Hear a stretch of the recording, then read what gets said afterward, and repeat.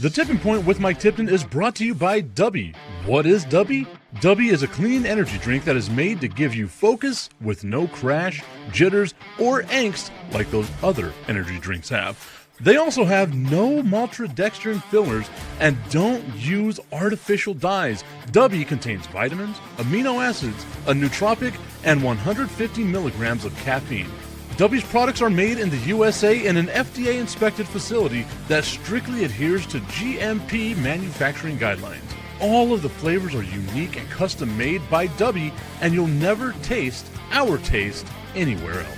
The best part about it is they're affordable. Dubby's drinks come out to about $1 per drink, much cheaper than Starbucks or any of those canned energy drinks. To learn more, visit w.gg.com/discount/MRTipton33 and place your order today. Use promo code MrTipton33 and save today. Dubby Energy, be better. What's going on, everybody? I want to tell you about my new friends over at Cleverman. Visit them online at becleverman.com. What they gave me was the energizing face and beard scrub along with the Cleverman face scrubber. And trust me when I say this, the energizing face and beard scrub smells amazing. Combining it with the face scrubber, making sure that your boy was looking as good and sexy as possible, opened up a whole different sensation in my face that I haven't ever felt before. I felt so clean, so fresh, and so clean, like Outcast said, and it helped me feel like I was ready for my day. Make sure you visit them online at becleverman.com and follow them on Instagram at clevermannyc. The link is up in my bio if you want to check out all the amazing products they have. Visit them online, becleverman.com.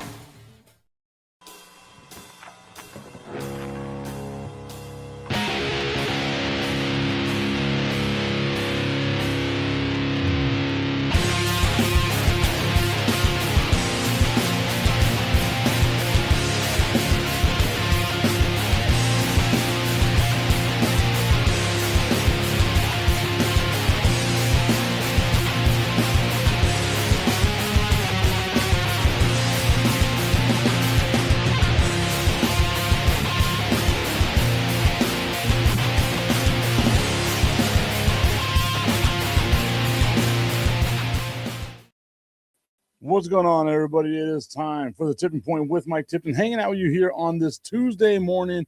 And what better way to get the day started than to talk about some of the dumbest damn basketball I have ever seen in my life.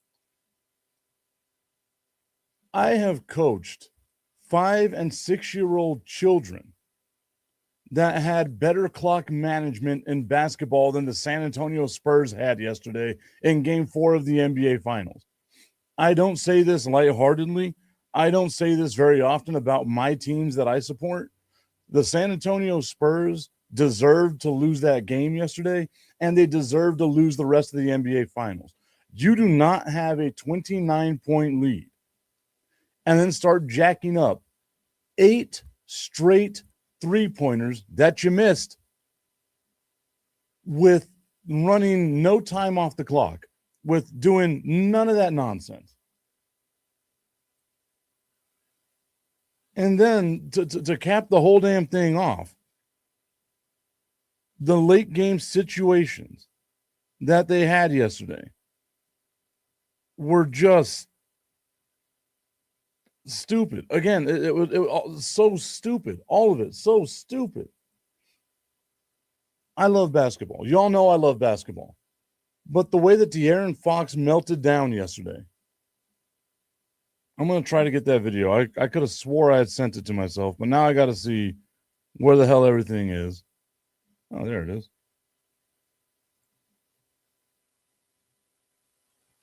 I even titled it Dumb Basketball. That's what I called it in all of my stuff that I had. I try to download this now.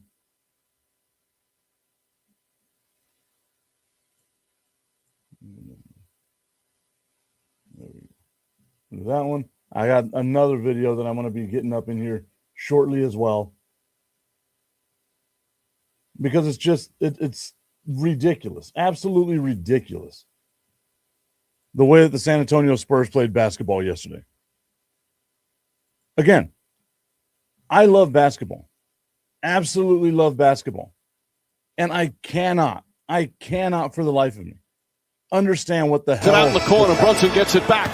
Brunson on the drive, the floater's up. Shot won't go, rebound deflected. You see the Spurs get the ball right there. The rebound is deflected. Boom, right there. Instead of going for the damn layup,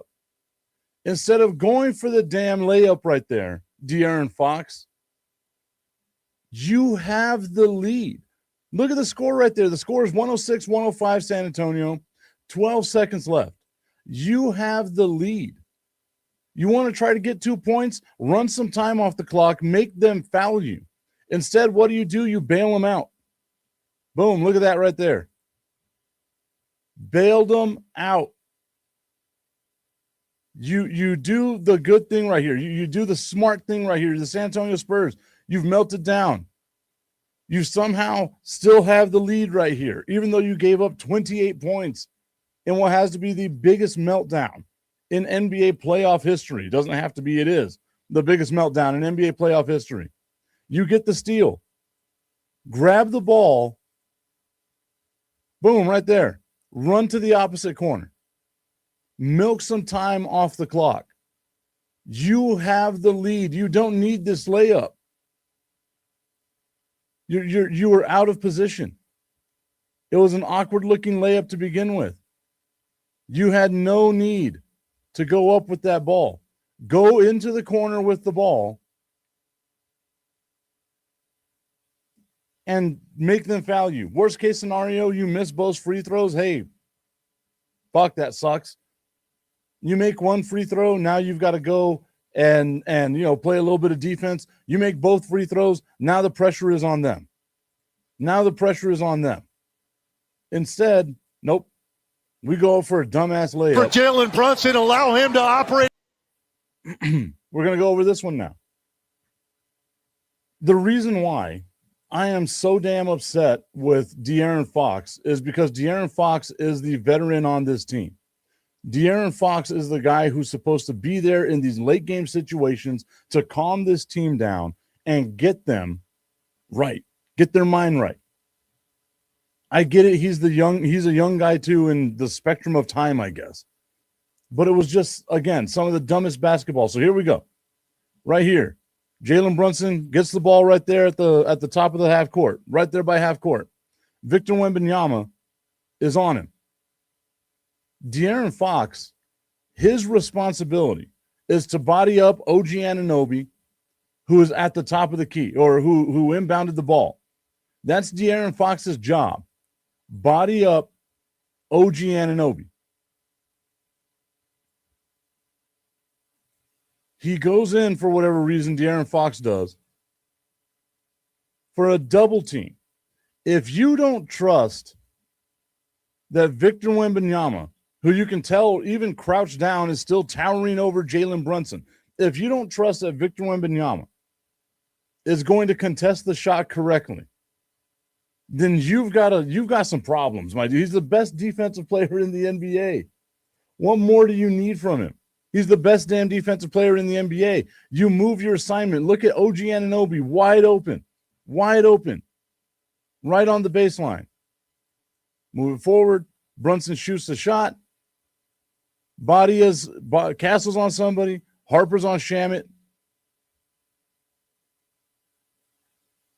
You got everybody on a body except for De'Aaron Fox, who lets OG Anunoby run right through. And then he goes up and tips the ball in. Right there. That's your ball game. Wide open. And OG Anunoby doing what he's supposed to do, crashing the boards. Again, two of the dumbest damn plays I've seen in a long-ass time. Tommy saying, "What's up, Tip?" Bo saying, "What's up, bro?" Tommy giving me a little bit of love, laughing at me for the pain that I am going through right now. Bo saying it was an impressive meltdown. Ashley saying, "Tip, good morning." It was the power of the woo coming through and helping out the New York Knicks right there, erasing a 29-point lead that the San Antonio Spurs had. a 29-point lead. The San Antonio Spurs blowing the biggest lead in the history of the NBA playoffs. That is impressive. Impressive in the stupidity that the San Antonio Spurs had. Again, maybe I shouldn't be as annoyed as I am, but I am. I genuinely am. I do not understand what was going on in De'Aaron Fox's head. You're the veteran of the team. I will deal with the 8 straight three-pointers that they shot.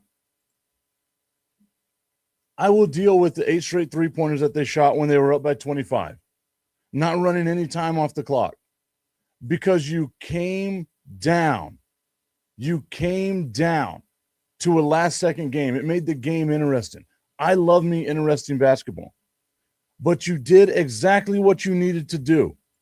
You did exactly what you needed to do. You got the stop right there. You get the stop. They miss the ball. The tip goes out to you. You tip it out to yourself. Run to the corner. Augustine, you've played basketball. What do you do in that situation? You run to the corner. Augustine says, it's incredible there. San Antonio was outdone by a tip. That is funny. That is kind of funny. Whenever you say it that way, that is kind of funny. You get the stop that you needed. One of the few that you had in the second half. You get the stop that you needed. You get the ball with less than 15 seconds left. 12 seconds whenever De'Aaron Fox gets his hands on the ball. You take the air out of the ball. You're the veteran on this team. Victor Wembanyama is 22 years old. Stephon Castle, 21 years old. Dylan Harper is 19 years old. I'm trying to remember who else was on the court with the San Antonio Spurs at that point in time. But it was so dumb. And I've been a big De'Aaron Fox fan. Yeah, I'm with it. He should have been better. And Augustine saying, wait, Wemby also missed 2 free throws. That is true. But which one is more egregious, Augustine? You still had time to deal with the missed free throws. You had the lead. 106-105 San Antonio when De'Aaron Fox gets his hands on that ball. Wemby steps up, alters the shot, does what he's supposed to do. The Cricket Commish saying, morning, Money Mike. Good morning, Cricket Commish. Hope that you're having yourself a great day today, my friend. You know me. I'm not having a good time right now. I am not. My San Antonio Spurs put me through it yesterday. Again, some of the dumbest damn basketball I have ever watched in my life. And I love basketball. I watch so much basketball. Again, coached 5- and 6-year-olds and seen them have better clock management than what the San Antonio Spurs were supposed to do yesterday. Ashley says, I think that's the biggest difference I noticed from watching without Pop. The structure went out the window. His team was almost boring to watch, but effective. I think that was one of the things, too. I probably should have gone back and looked at that. There was, I want to say it was about 45 seconds or so left in the game, maybe 50 around there whenever San Antonio got the ball. And the Knicks had just made a layup. I think they had just gotten the lead. And in that situation, you automatically call the timeout. You go on your merry little way. The camera pans over to Mitch Johnson, and I will have to go back and find this, and I'll put it out there on social again. But the camera pans over to Mitch Johnson, and he looked scared. He looked befuddled. He looked all kinds of incompetent at that moment. And again, I am a Mitch Johnson guy. I think Mitch Johnson is going to be a really good coach. But you saw the youth, not just in the team, but in the coach as well. We all forget Mitch Johnson is 39 years old. This is his first rodeo too, right? This is the first time he's been to a stage this big.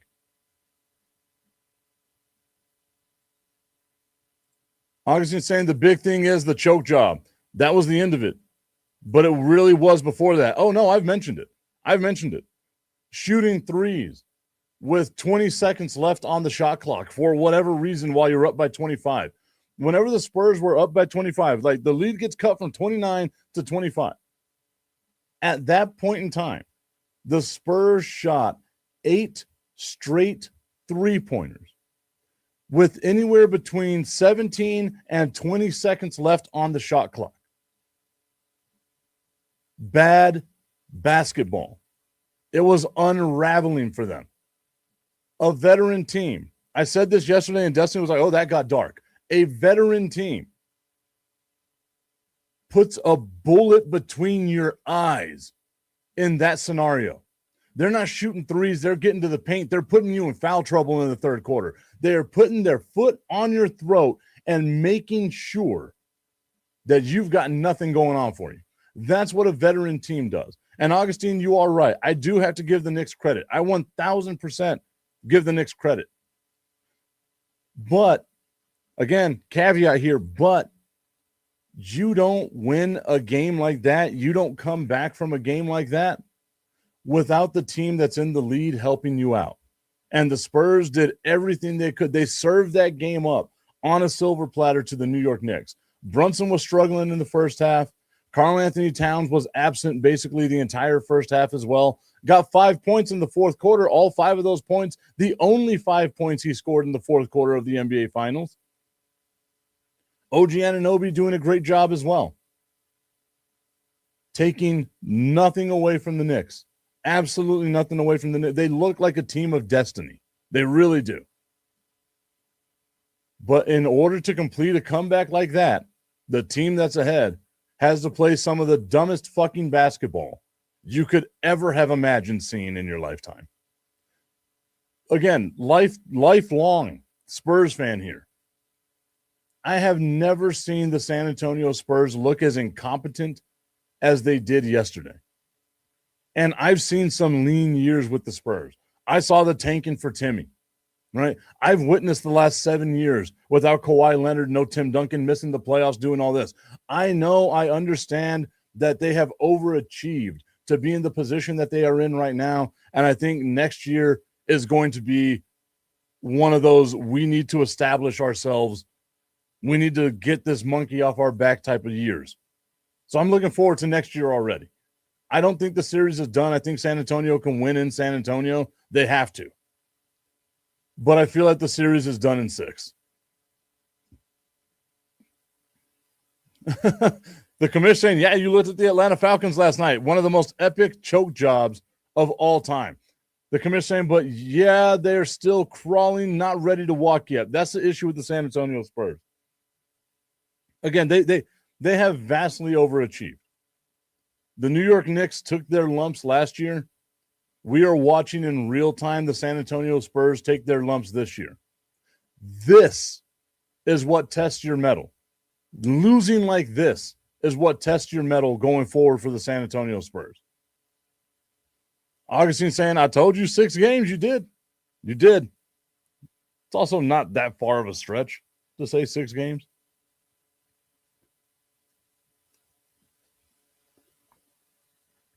Man, again, some of the dumbest damn basketball I have ever seen in my life. I hope that today, when they arrive at the practice facility in San Antonio, they go back and they watch that game and they see how dumb they played. Because that's the only way that they're going to have that. Like just any type of, like, you've got to go back and watch. I know a lot of the times you just say throw away the tape. Nah, dude, you got to watch this one. And if that doesn't spark a fire under your ass, you don't need to be playing basketball.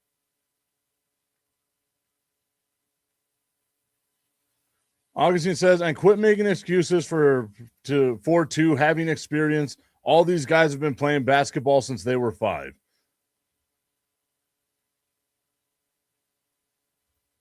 Again, maybe that's what today is. Maybe today is we're just going to say dumb shit left and right.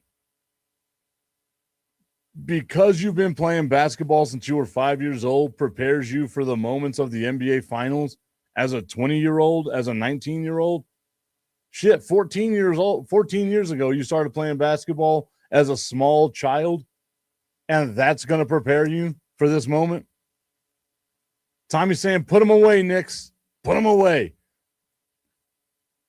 They need to. Put them out of their misery. I end it in 5. I would hope the Knicks can end it in 5. Stop giving me hope. That was the whole thing. The whole thing this year. I told you, no hope. I didn't want no hope. They get to the NBA Finals. They gave me hope. How quickly Augustine backtracks from the things he was saying previously. Again, though, young, dumb team. The Knicks went through the playoffs last year. They had their heartbreak.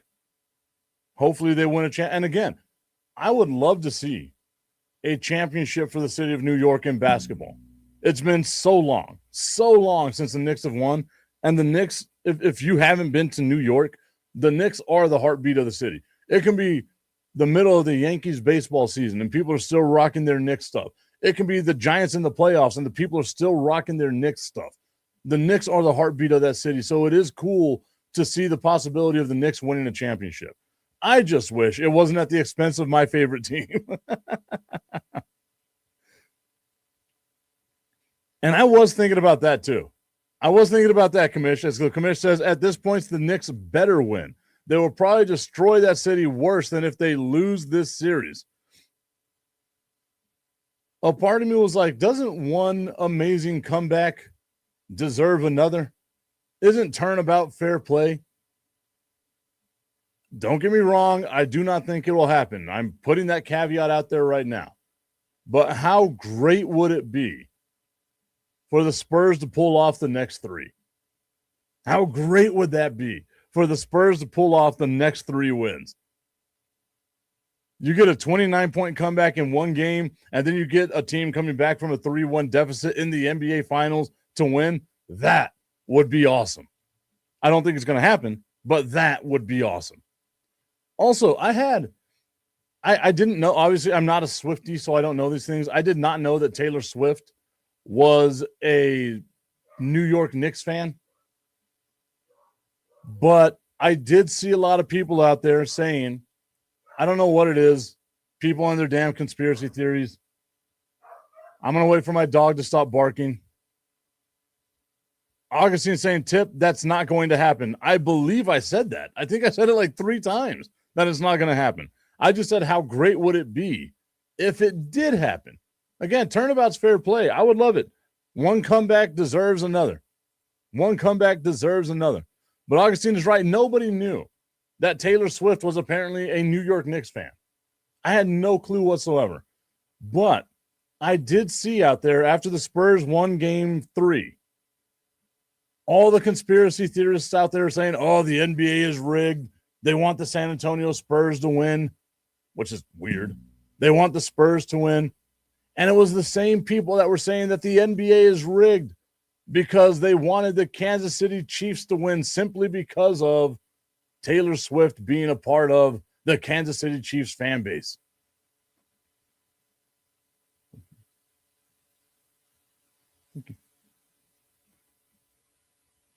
So, which one is it? Which conspiracy theory? Like, I just think about that meme of the dude that's sweating that's got to push like the 2 buttons, right? Like which button do I push here? Is it the NFL is rigged because of Taylor Swift? Or is it that the NBA is rigged against Taylor Swift? Which one of these is it? Which one of these is it? You nerdy ass dipshit conspiracy theorists. Which one is it? I am not in a good mood. I probably should not have said that, but you know what? Fuck them. Augustine says hope is a dangerous thing. And that's all sports is, man. Trafficking in hope. Again, will it hurt when the Spurs lose the NBA Finals? Yes, it will. It'll suck. I don't like watching the team lose in the NBA Finals. I've said it 1,000 times. I'd much rather be 0-82 than lose in the NBA Finals. I stand by that. I will take that to the grave with me. That is the hill I will die on. I would rather win no games than lose in the NBA Finals. On the flip side of that, dude, I am so happy with the ride that this team gave me. It's been fun. It's been great to see them get better. Now the question is, there's going to be pressure on them next year. How do you bounce back from that pressure? Because we see it time and time and time again. Hell, we saw it this year in the NBA playoffs with Detroit, with Cleveland, with Denver. These teams had expectations. We've seen it with Boston. We've seen it with Milwaukee. These teams have expectations to maybe get back, maybe be a little better, do something. And instead, this is going to be the 8th straight year of a different champion in the NBA Finals. The longest streak in basketball history of not having a back-to-back champion. I think it's awesome. Just personally, I think it's awesome. But we haven't seen those dynasties yet. Who's to tell? Maybe the Knicks. What's the pressure going to be like now on the Knicks? Everybody's looking at you. You're the guys with the target on your back. It's easier to be the hunter than the hunted. How's it going to be whenever you bounce back with that? How's San Antonio going to be able to bounce back with that? We've seen windows shut on teams, right? We saw it happen with the Washington Commanders. We saw it happen with the Detroit Lions. These windows open very briefly, and if you can't capitalize on it, they will shut on your face in a heartbeat. The NFL, I get a different beast than the NBA, but damn.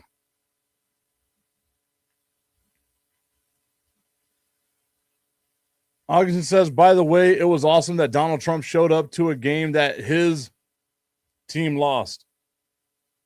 That's fake news. The Knicks have already swept the series. Okay? Now, he wasn't asleep. He was watching little TV. Although he was knocked the fuck out at that game. By the way, Hart was close to being the villain. How do you miss that layup?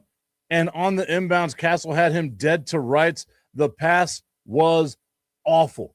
It really was. The whole time. And what Augustine's talking about is the inbound pass that goes from Dylan Harper alley-ooping it to the basket. It had to have been tipped, but I don't think it was. It was just a bad pass. The entire time they're saying screen with Castle, screen with Wemby. Wemby rolls out, goes to the basket, alley-oop, right? Because there's no goaltending on an inbound pass. So you can basically shoot it directly at the basket.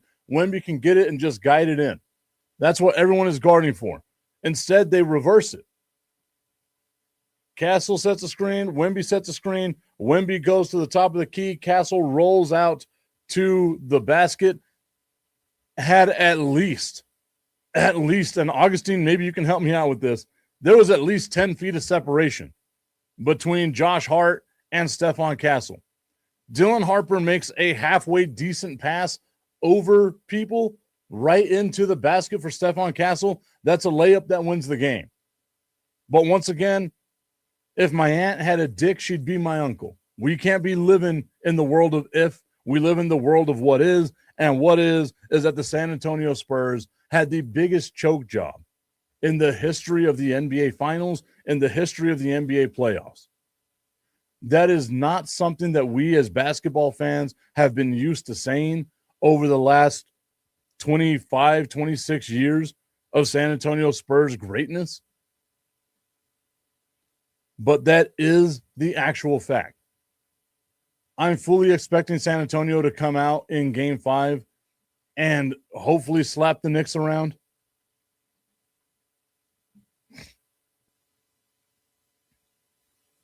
Augustine says, what is bad pass in a key part of the game? No, I mean, and that was the thing, man. We can talk about the shot selection. We can talk about De'Aaron Fox not dribbling the ball out. We can talk about all that stuff.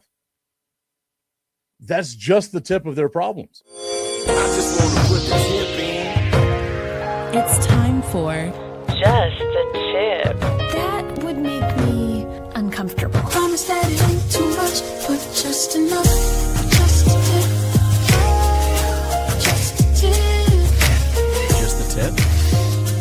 the tip. It's time for Just the Tip.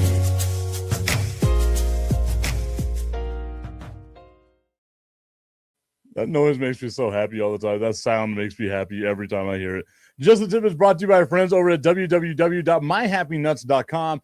Guys, imagine playing a whole basketball game and having a 29-point lead and then blowing that lead. It's like getting kicked in the nuts.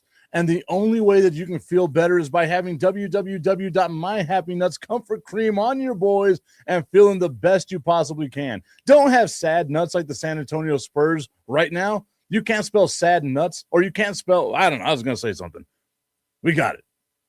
The Spurs sucked yesterday, and they would have been better if they had just listened to me by going to www.myhappynuts.com, getting the comfort cream, feeling better about themselves. Maybe that's what it was. They were just uncomfortable. It was probably hot and muggy on that court in Madison Square Garden, and they would have gotten the win had they gone to www.myhappynuts.com. Instead, they don't. They shit their pants, and now they've got to go home smelling bad. Don't be like the San Antonio Spurs. Be like a winner. www.myhappynuts.com. Use promo code Mike Tipton at checkout and save on all of your male grooming needs. I genuinely hate that I love sports. Why can't my teams be good?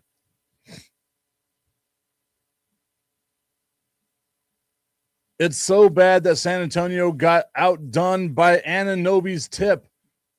OG Anunoby has been playing out of his damn mind. Like, I know when the Knicks win the NBA Finals, it's going to be Jalen Brunson who winds up getting the MVP, the Finals MVP.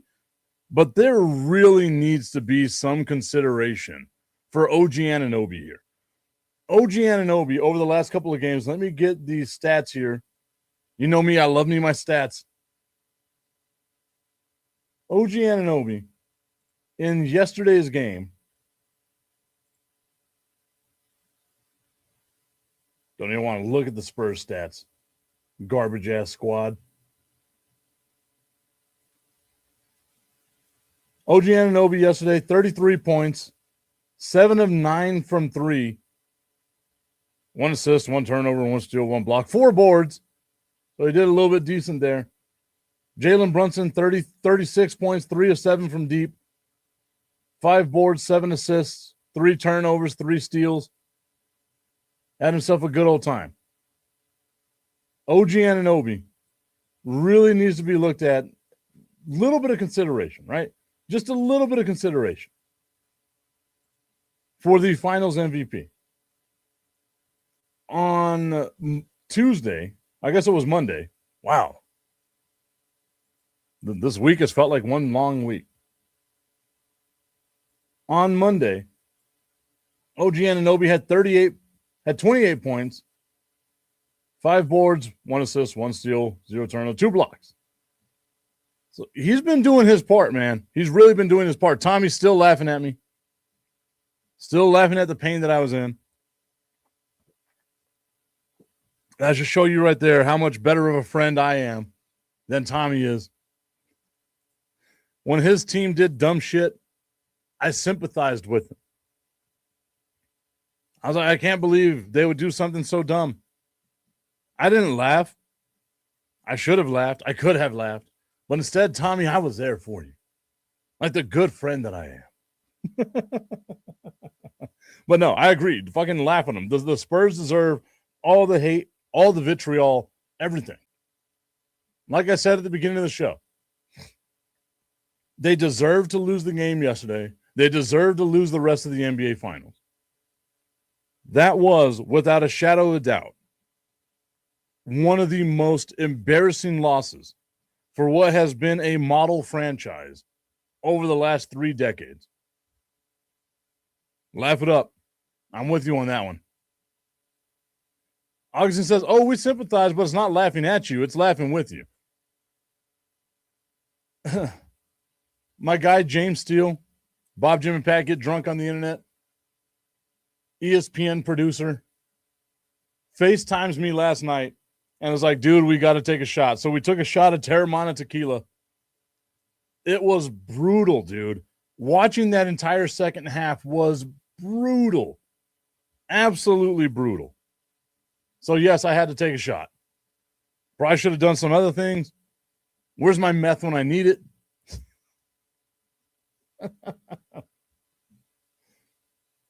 Man. San Antonio Spurs or Atlanta Falcons? It's got to be the Falcons. I'm not saying it to like detract from the Spurs, but it's got to be the Falcons because it's a one-game thing, right? Like the Spurs can win tomorrow, or not tomorrow. They can win on Saturday. Maybe they win game 6, force to game 7. The choke job is kind of in the rear view. If this was like a game 7 choke job, by all means, right? Like this would be the greatest choke job in all of sports history. But it's game 4. It's not the clinching game, whereas it's 28 points in the third quarter in the Super Bowl. More eyes are on the Super Bowl. It's got to be at the Atlanta Falcons, but I'm willing to hear an argument as to why it would be the San Antonio Spurs. I just think because it's a one-game sample, right? It's a one-game sample. Like I said, Augustine's asking what would the equivalent to the Falcons be? If it was in the game, I guess it's got to be game 7, right? Because there's other games yet to be played. We don't know how they play out. If it's game 7 and you're the Spurs and you're at home and you're up by 29 and you wind up losing, this exact same game plays out the way that it plays out, you wind up losing a championship like that. Yeah. Then I would say that's better. That's a bigger choke job than what the Falcons had. But game 4 in a game that doesn't clinch, it doesn't hit as right. Like it is embarrassing, don't get me wrong, but it doesn't hit as hard because it was like that was finality, right? Like the Patriots come back, they win that game in overtime, the first Super Bowl to go to overtime.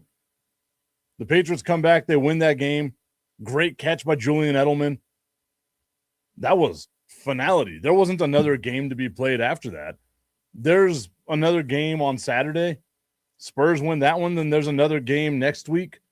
Spurs win that one, then we get a game 7, right? Like there's a lot of ifs right here. Augustine is saying, so what are the greatest choke jobs?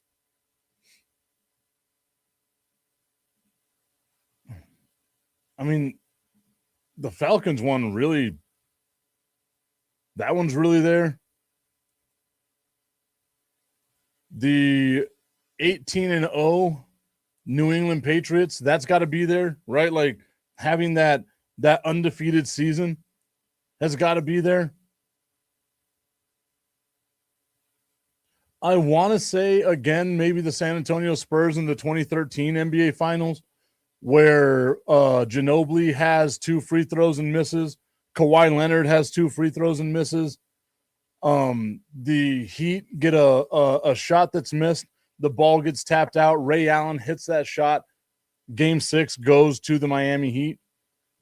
They wind up winning in 7, but I guess that could be considered a choke job, but it's not on the level of, again, the Atlanta Falcons, and it's not on the level of that undefeated New England Patriots team just getting dismantled by the New York Giants. Like that's got to be. And obviously, again, because the Super Bowl is so much bigger than basketball. And it's a one-game sample, right? Like, it's hard to be like, there's a huge choke job unless it's a game 7. Like, yes, this was a enormous choke job. Don't get me wrong. I'm not trying to diminish what happened. But there's still games to be played. That's what kind of like... Maybe the Knicks win on Saturday. We can be like, yeah, the Spurs had a chance to go 2-2, wind up losing 4-1, right? Like maybe we can say that. But again, if San Antonio wins, it takes a little bit of the sting away. They win game 6, takes a little bit of the sting away. You get a game 7 in San Antonio, anything can happen. And it wouldn't surprise me if the Spurs go up by 39 and wind up losing that game because De'Aaron Fox is an idiot. And I like De'Aaron Fox. That's the thing. I'm so disappointed. Again, I'm not mad. I'm disappointed. Maybe that's what it is. I am in full dad mode right now with the San Antonio Spurs. I ain't mad, Spurs. It's not you. It's me. I shouldn't have given you this much love from myself. Maybe that's what it is. But that is a good question, Augustine. I guess it's hard for me to think of right now what the biggest choke job in sports history would be, but I feel like it's got to be the Super Bowl because it's so much bigger, right? And again, my ignorance on the World Cup, maybe there is a World Cup team that made it to a final and shit the bed there. I don't know. Maybe there's something in hockey outside of my Vegas Golden Knights being absolutely dominant. I don't know. Augustine saying, yeah, that Patriots undefeated season is probably the greatest choke job.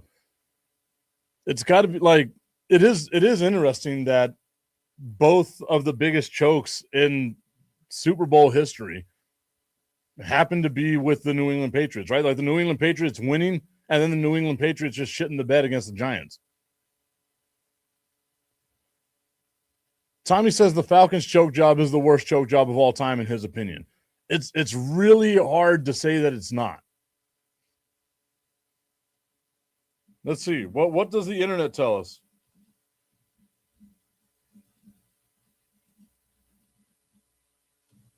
I bet you the internet's going to give me something from like the 1812 World Series or some shit like that. Oh, that's a good one too. That is a really good one. Tommy, you're going to love this. The 2004 New York Yankees in the ALCS against the Boston Red Sox, blowing a 3-0 series lead. David Robinson. Why do I not have that name right? Why does that name not sound right to me? Dave Robertson. There we go. I was saying David Robinson. I was like, well, that's not David Robinson. I can't see David Robinson, 7'1" ass stealing bases in the ALCS. That's a really good one. But again, that's not a championship. I guess it's like the American League pennant. So that's a really good one. The Falcons are at the top of this list. The Music City Miracle, that's one of them too. Again, a wild card game, though, that's not a championship. I'm getting right here the 1996 Masters. Greg Norman, a.k.a. the Shark, had a 6-stroke lead entering the final round, but famously shot 78, allowing Nick Faldo to claim the green jacket by 5 strokes. Man, get your stroke game right, Greg Norman.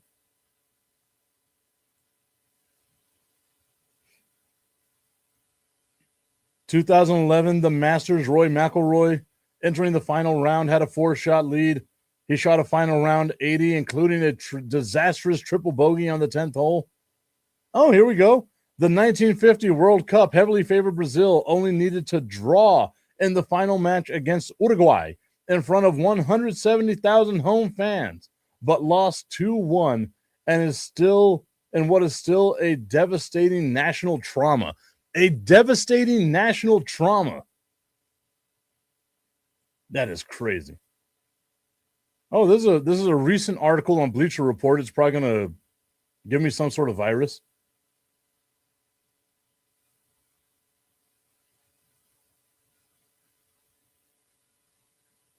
Okay, I don't know. Okay, so the first thing on this list is the 2021 AFC Championship game between the Chiefs and the Bengals. The Bengals were down 21-10 in the second quarter. 21-10 in the second quarter just doesn't seem like we should add that to this list of comebacks. I feel like we see teams come back from 21-10 in the NFL all the time. Tommy's saying, oh, that's right. I forgot about that one, talking about the Red Sox and the Yankees. I try to forget about that one. Oh, the New York Mets. That's another good one, too. Maybe we put the Detroit Tigers on there from last year. The New York Mets had a, 9-game lead in the division with 10 games left and then wound up losing the division. Tommy says, no, it's still the Falcons. Like, I agree. Like, it's the Super Bowl, man. This is the biggest stage in American sports. I just want to go over this list on Bleacher Report. The 2019 Houston Texans. Oh, that was against the Kansas City Chiefs. That's what started the whole Mahomes mania thing. The 24-0 lead in the second quarter, but then Mahomes comes back and wins that game. God. The 2025-26 Cleveland Cavaliers.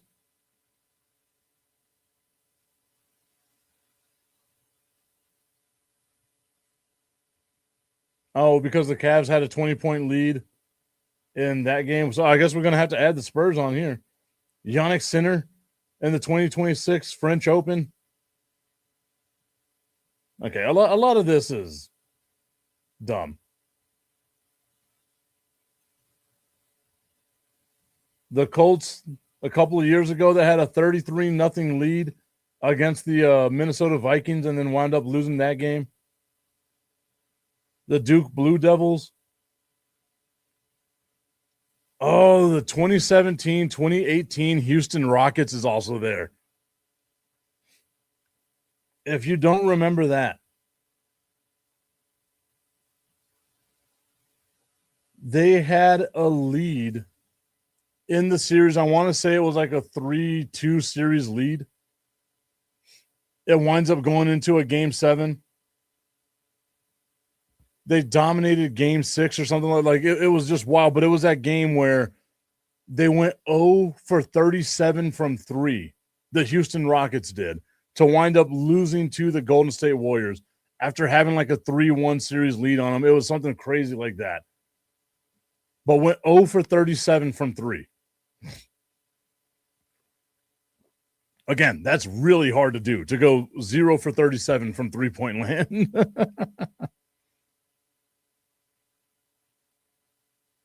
More work emails coming my way. That's always fun.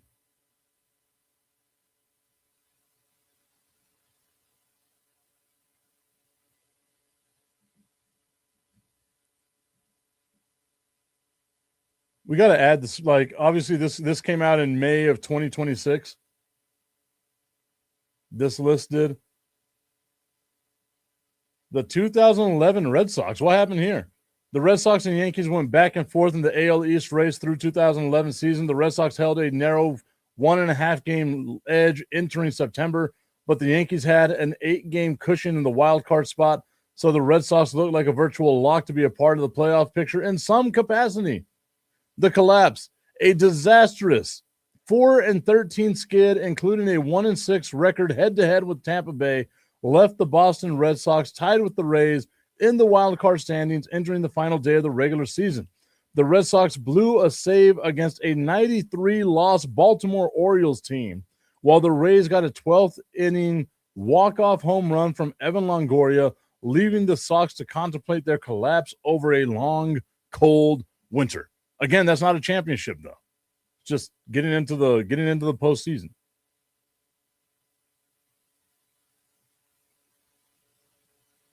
The 2015-2016 Northern Iowa Panthers. This is the first I'm hearing about this.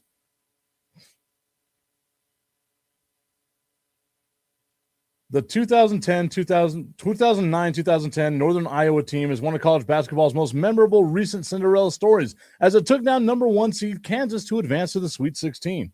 6 years later, the Panthers were causing brackets chaos once again when they upset number 6 seed Texas in the first round and had number 3 seed Texas A&M on the ropes 69-57 with 44 seconds remaining. Oh my God. The Aggies went on a stunning 14-2 run over the final 44 seconds, aided by 4 Panthers turnovers. The comeback was capped off by a steal and layup from Admon Gilder to tie things up at 71-71 with 1.9 seconds remaining. It took 2 overtimes, but Texas A&M eventually came away with a 92-88 victory, denying Northern Iowa what would have been its second ever trip to the Sweet 16 in crushing fashion.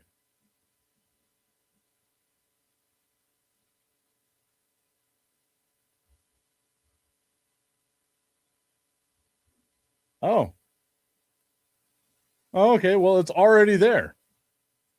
So they must have made an amendment. You sons of bitches. They must have made an amendment to this article that came out in May, and they did that rather quickly, I would like to add, because here it is. Last night, the San Antonio Spurs, the 2025-26 San Antonio Spurs, after falling behind 2-0 at home in the 2026 NBA Finals to a red-hot New York Knicks team, the Spurs took Game 3 at Madison Square Garden. They were in complete control of the game, early in Game 4 with a 27-point lead at halftime that was the largest in NBA Finals history for a road team, and an 81-52 edge early in the third quarter. The Spurs shot just 4 of 20 from the field and scored 14 points in the third quarter, while the Knicks used a 13-0 run to help make it a 90-75 game through 3 quarters. The Spurs still led 104-97 with 3 minutes 31 seconds remaining, but back-to-back threes from Jose Alvarado and Jalen Brunson, followed by a Brunson floater, put the Knicks on top 105-104 with a minute 22 remaining on the clock. A pair of free throws from Stephon Castle put the Spurs back in the lead with 30.3 seconds to go, and a Brunson missed 30-foot pull-up shot for a potential game winner, but OG Anunoby was there to clean it up for the game-winning tip-in. It's the biggest comeback on record in an NBA Finals game and the second largest ever in an NBA playoff game. This article came out in May. So they had to go back, Bleacher Report, which puts out a shit ton of articles daily, had to go back, find this article, and say to themselves, we're adding the San Antonio Spurs there. But they put it at number 11. Oh, the Cubs, the 2003 Cubs in the NLCS against the Florida Marlins. That's on this list. Augustine, maybe you can tell me about the 2005 AC Milan team. What we had mentioned earlier, the 2012-2013 San Antonio Spurs, that Ray Allen shot. The Seattle Seahawks, I don't know if I'd call that a choke job as much as I'd call that something absolutely just a terrible play by Pete Carroll. That is the let's pass the ball instead of run the ball thing. The Virginia Cavaliers in the top 5, the 2011 Texas Rangers. I'll have to look back at that one. The Golden State Warriors, the collapse they had after being up 3-1 against the Cleveland Cavaliers. My New York Yankees are right here at number 2. And at number 1, as we all mentioned, the Atlanta Falcons. The Falcons led 28-3 with 8 minutes and 31 seconds remaining in the third quarter of Super Bowl 51 against the New England Patriots. With a veteran quarterback in Matt Ryan and a reliable run game anchored by Devontae Freeman and Tevin Coleman, they were in great position to avoid mistakes, bleed the clock, and come away victorious. The collapse. The remaining time dragged on forever for Falcons fans as Tom Brady and the Patriots rattled off 25 unanswered points, the largest comeback in Super Bowl history. For the first time ever, the Super Bowl would be decided in overtime. The Patriots won the coin toss. An 8-play, 75-yard drive was capped off by a game-winning 2-yard touchdown run from James White. That's what I love so much about the older overtime rules, where it was sudden death in overtime. Instead of this, everybody's got to touch the ball. Instead of that nonsense, I miss sudden death overtime. Tommy laughing at my team, laughing at the San Antonio Spurs.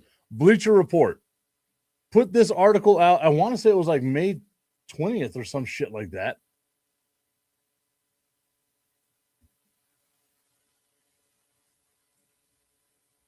It says that they edited it yesterday. But I could have swore the thing told me. Yeah. May 28th, 2026 is whenever they put it out. Then they make the amendment last night or this morning to add the San Antonio Spurs there. Now I'm wondering what they took off. Like who was in 25 because they moved the Spurs to 11. So, 11 to 25 had to be bumped. Who was at number 25 now? I'll never know. Heartbreaking. Almost as heartbreaking as being a San Antonio Spurs fan yesterday, watching that debacle of a game happen. But it happened. And you know what? I'm a better person for it. The heartbreak, without heartbreak, we don't know happiness. Thank you, San Antonio Spurs.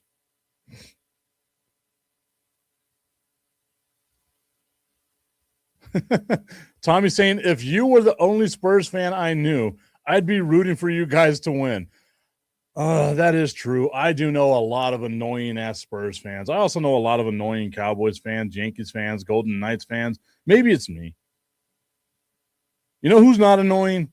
Jacksonville Jaguars fans. And that's why they are our number 2 team on the tipping point with Mike Tipton.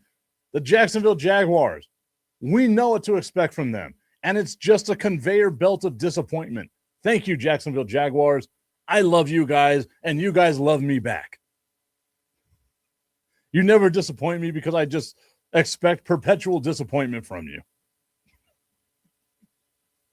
All right, everybody. I want to thank you so much for tuning into today's show. Remember, on Saturday, Fire and Ice going to be live at Buffalo Wild Wings, 655 Sunland Park Drive. Hopefully we see you all out there. Enjoy the rest of your Thursday, everybody. Have a great day.